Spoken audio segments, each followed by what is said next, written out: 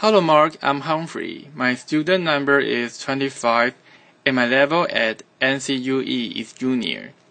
The speech was filmed June 2013 at TED Global 2013.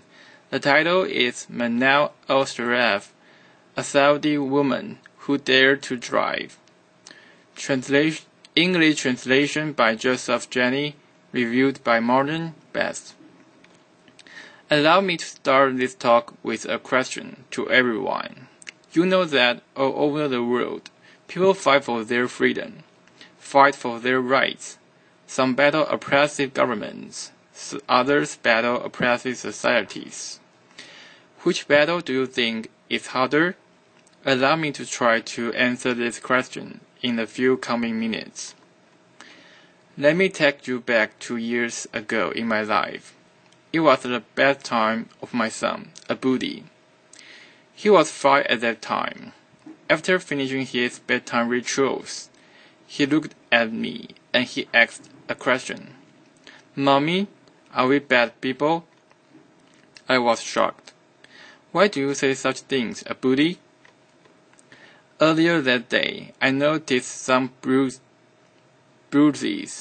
on his face when he came from school. He wouldn't tell me what happened, but now he was ready to tell. 2 boys hit me today in school. They told me, "We saw your mom on Facebook. You and your mom should be put in jail." I've never been afraid to tell Abudi anything. I've been always a proud woman of my achievements. But those questioning eyes of my son were my moment of truth, when it all came together. You see, I'm a Saudi woman who had been put in jail for driving a car in a country where women are not supposed to drive cars. Just for giving me his car keys, my own brother was detained twice, and he was harassed to the point he had to quit his job as a geologist, leaving the country with his wife and 2-year-old son. My father had to sit in a Friday sermon, listening to the imam condemning women drivers and calling them prostitutes amongst tons of worshippers. Some of them our friends and family of my own father. I was faced with an organized defamation campaign in the local media combined with false rumors shared in family gatherings, in the streets and in schools. It all hit me.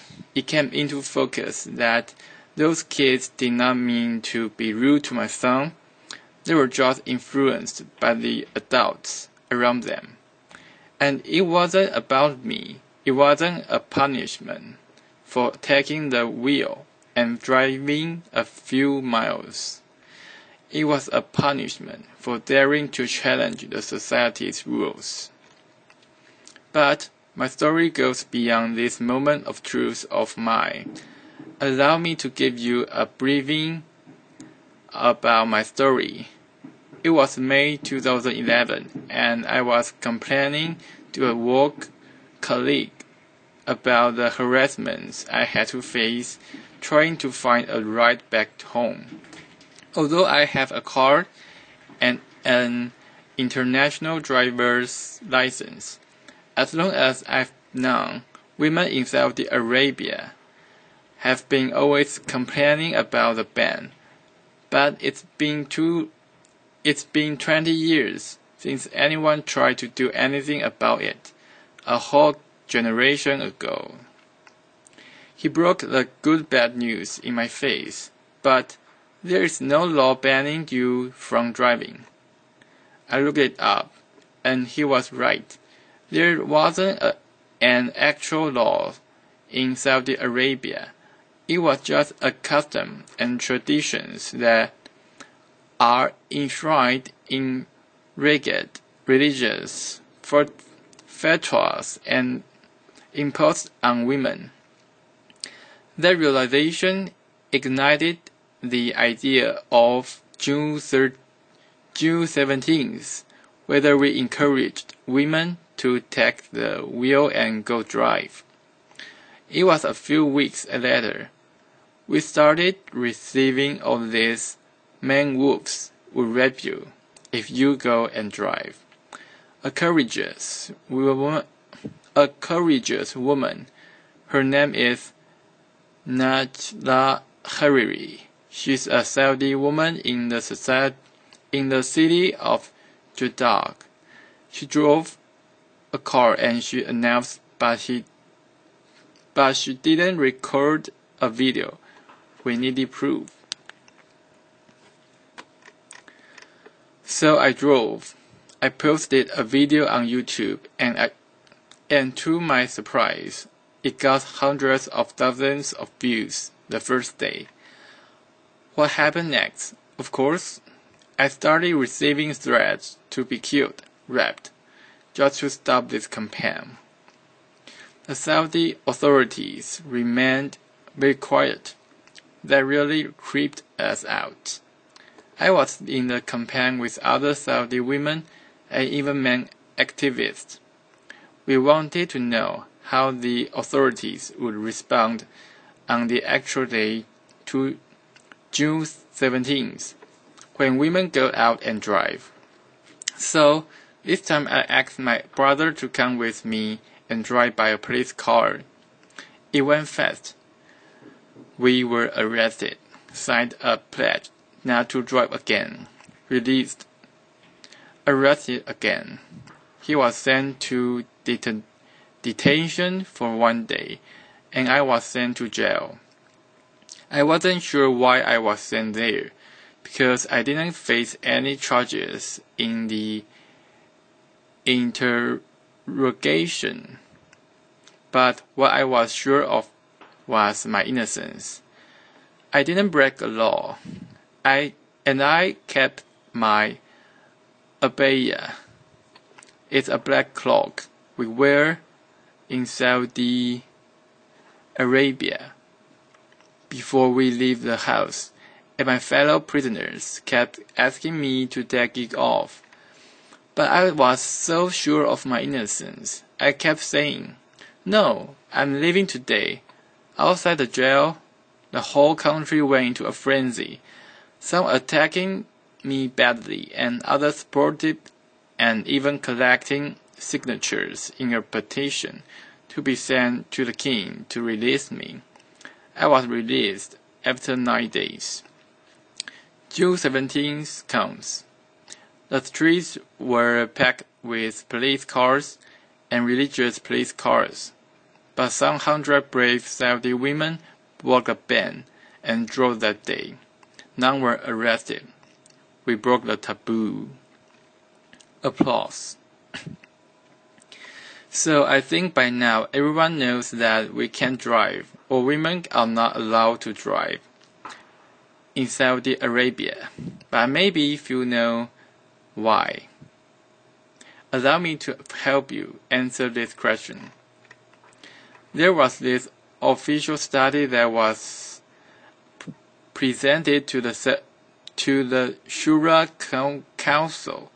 It's the consultative council appointed by the king in Saudi Arabia, and it was done by a local professor, a university professor.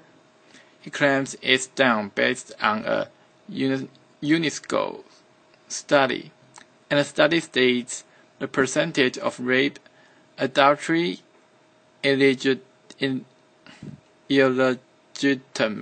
children, even drug abuse, prostitution, in countries where women drive is higher than countries where women don't drive. Laughter. I know, I was like this. I was shocked. I was like, we are the last country in the world where women don't drive. So if you look at the map of the world, there only lives 2 countries, Saudi Arabia, and the other society is the rest of the world. We started a hashtag on Twitter mocking the study, and it made headlines around the world.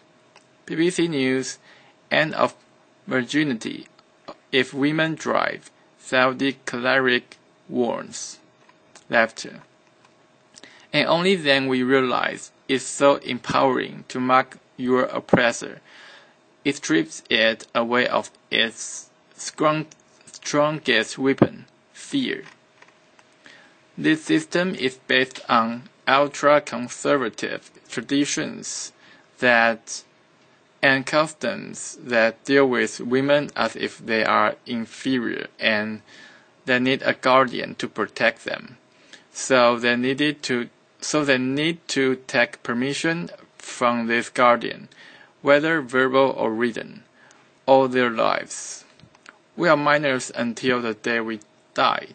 And it becomes worse when it's enshrined in religious fatwas based on wrong interpretation of the Sharia laws or the religious laws.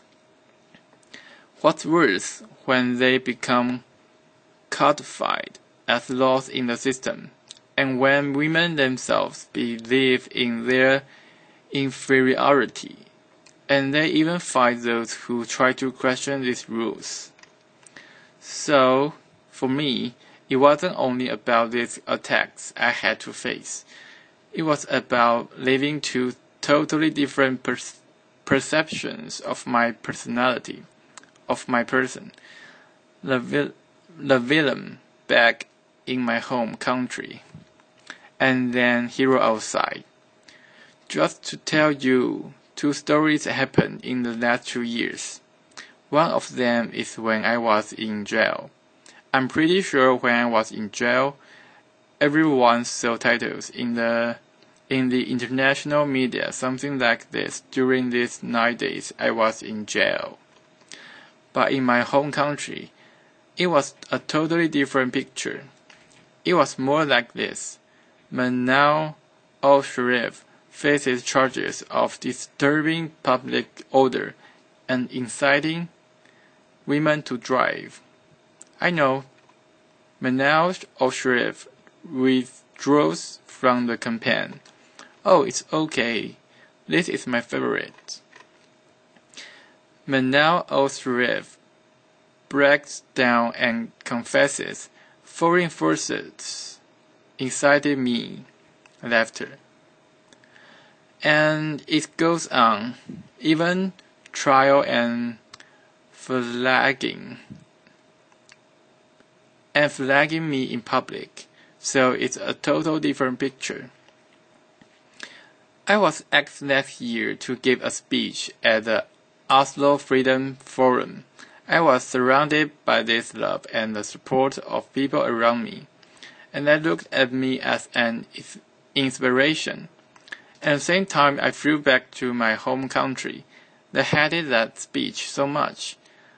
The way they called it a betrayal to the Saudi country and the Saudi people. And they even started a hashtag called #OsloTraitor on Twitter. Some 10,000 tweets were written in that hashtag, while the opposite hashtag, Oslo Hero, there was like a handful of tweets written. They even started a poll. More than 13,000 voters answered this poll, whether they considered me a traitor or not after the speech. 90% said yes, she's a traitor. So it's these two totally different perceptions of my personality. For me, I'm a proud Saudi woman, and I do love my country. And because I love my country, I'm doing this. Because I believe a society will not be free if the women of that society are not free. Applause. Thank you. Applause. Thank you. Applause. Thank you. But you learn lessons from these things that happen to you. I learned to be always there. The first thing, I got out of jail. Of course, after I took a shower, I went online. I opened my Twitter account and my Facebook page. And I've been always very respectful to those people who are opening to me. I would listen to what they say, and I would never defend myself with words only.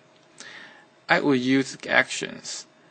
When they said I should withdraw from the campaign, I filed the first lawsuit against the General Directorate of Traffic Police for not issuing me a driver's license. There are a lot of people, also very big sports, like those 3,000 people who signed the petition to release me.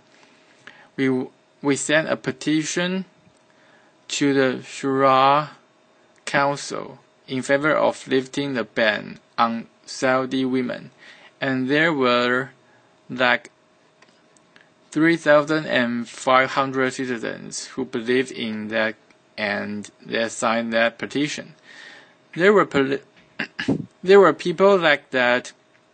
I just show some examples who are amazing, who are believing in women's rights in Saudi Arabia and trying.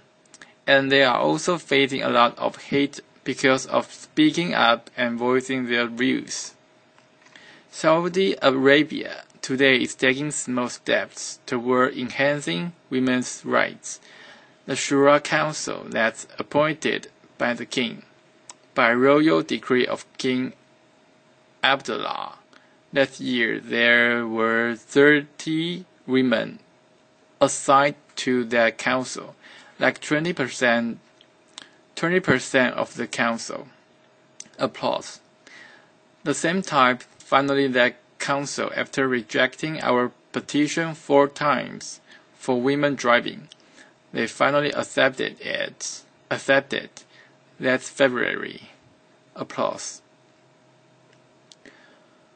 After being sent to jail or sentenced lashing or sent to a trial, the spokesperson of the traffic police said, "We will only issue traffic violation for women drivers." The Grand Mufti, who is the head of the religious establishment in Saudi Arabia, he said, "It's not recommended for women to drive. It used to be haram, forbidden by the previous Grand Mufti. So for me, it's not about only these small steps. It's about women themselves." A friend once asked me, he said, "So when do you think this women driving will happen?" I told her, "Only if women stop asking when and take action to make it now."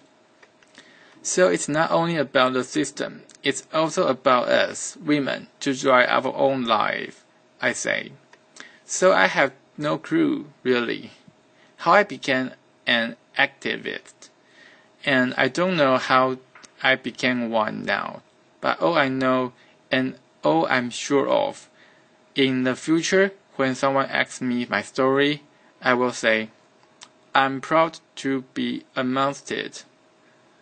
I'm proud to be amongst those women who lifted the ban, fought the ban, and celebrate everyone's freedom.